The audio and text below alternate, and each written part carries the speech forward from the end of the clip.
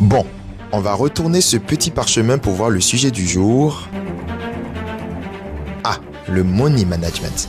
Parfait. Ce n'est pas le plus intelligent qui gagne en trading, ce n'est pas non plus le plus rapide, c'est celui qui sait gérer son risque. Une citation de Warren Buffett. Imaginez, vous démarrez le trading avec enthousiasme. Vous avez étudié les bases, regardé des heures de vidéos sur YouTube, testé plusieurs stratégies et rapidement, vous enchaînez quelques gains. Vous vous sentez en contrôle parfait. Et là, vous vous dites que vous avez enfin trouvé le moyen constant de gagner de l'argent facilement. Tout roule, tout va bien pour vous. Et puis, un jour, tout simplement, une seule petite erreur, un trade un peu trop risqué, une mauvaise décision prise sous l'émotion ou une annonce économique imprévue qui surgit de nulle part et votre compte est anéanti en un instant. Bon, là vous vous demandez comment ça se fait qu'une seule erreur vous fasse perdre tout votre travail. Inutile de commencer à détester le trading pour ça, car dans tous les domaines de la vie, c'est pareil. Une seule erreur peut être fatale pour vous. Ce n'est pas une question de stratégie, ce n'est pas une question de compétence, mais c'est ici précisément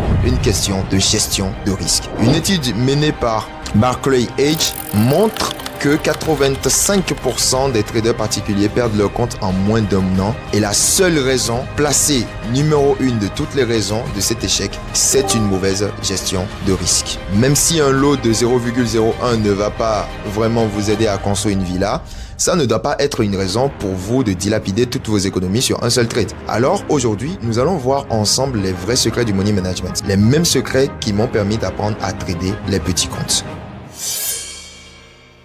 Mais avant tout, laisse-moi te parler de ce petit banger. Si tu gères plusieurs comptes en ligne, ou que tu fais du web scrapping, ou tu galères à accéder tout simplement à des sites bloqués à cause des problèmes liés à l'adresse IP ou à des restrictions géographiques, Floppy Data est vraiment la solution pour toi. C'est un service de proxy puissant qui te permet de naviguer sans blocage, de rester anonyme et d'accéder à tout partout dans le monde.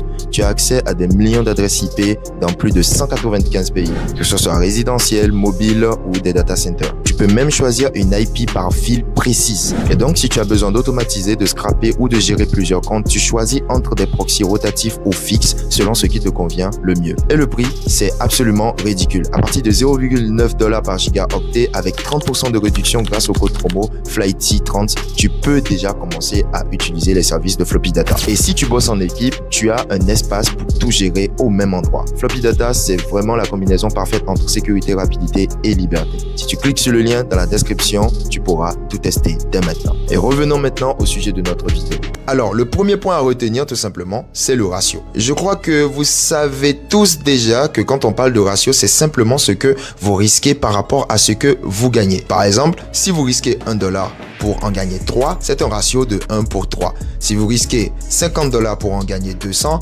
c'est un ratio de 1 pour 4. Imaginez alors deux traders. On a un trader A et un trader B. Le trader A gagne 80% de ses trades en termes de performance, mais il utilise un ratio de 1 pour 1.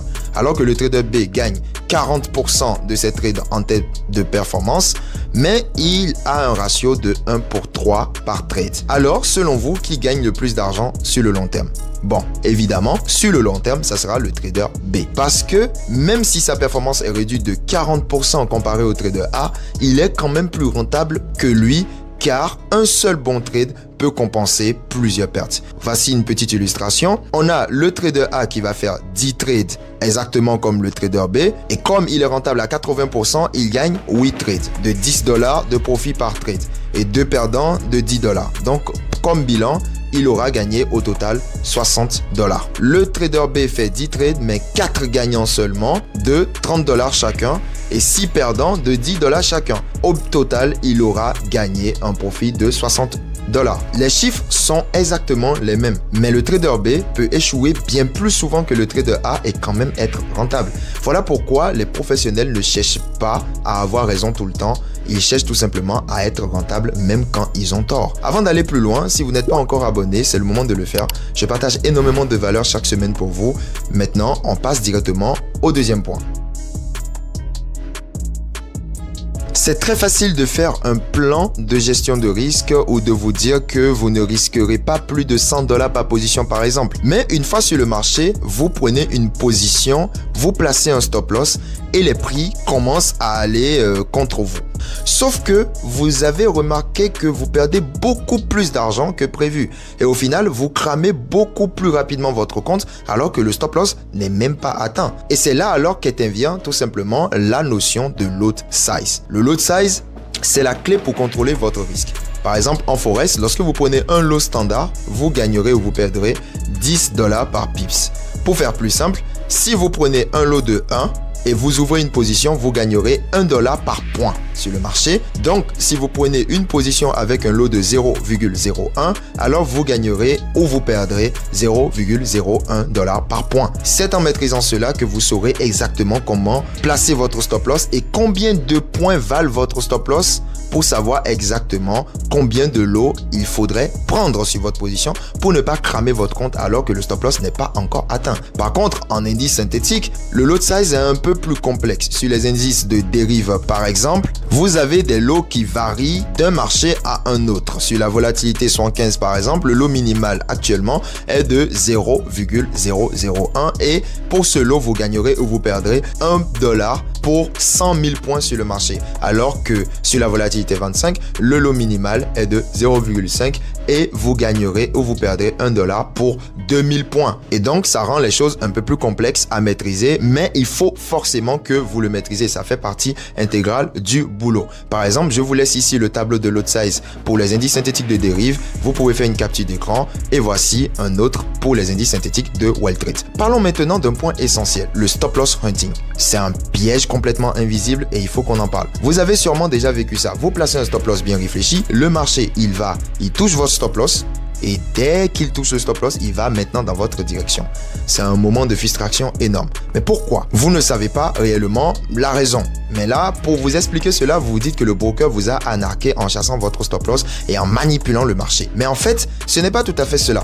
C'est ce qu'on peut appeler tout simplement la chasse au stop loss. Car quoi qu'il en est de la réalité, vous devez juste vous préoccuper de comment manager votre compte en cas de chasse au stop loss. Maintenant, disons, comment éviter une chasse au stop loss concrètement? Ne placez pas votre stop loss sur un niveau évident comme par exemple un niveau d'une zone très pertinente. Placez plutôt en dessous des zones ou en dessous de vos niveaux assez pertinents. Et là, vous pouvez utiliser aussi des entrées décomposées pour éviter d'être piégé. Et pour cela, j'avais déjà fait une vidéo, je pense, qui remonte un tout petit peu sur les entrées décomposées que je vous recommande d'aller voir. Parlons maintenant d'une erreur fatale que les traders font avec un petit capital. Beaucoup de traders suivent aveuglément les conseils des investisseurs millionnaires que vous allez trouver sur Internet. Le problème là, c'est quoi? C'est que ce qui fonctionne pour quelqu'un qui gère un compte d'1 million d'euros ne va pas forcément fonctionner pour quelqu'un qui gère un compte de 200 euros. Par exemple, un hedge fund qui risque 1% de 10 millions de dollars, c'est 100 000 $. Ça ne change absolument rien du tout. Alors qu'un trader particulier qui risque